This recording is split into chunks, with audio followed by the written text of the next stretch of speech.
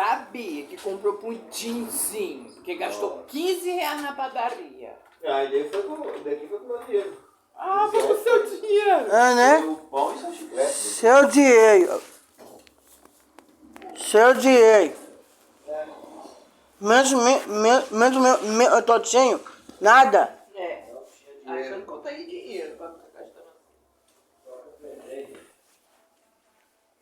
A dona, tá não?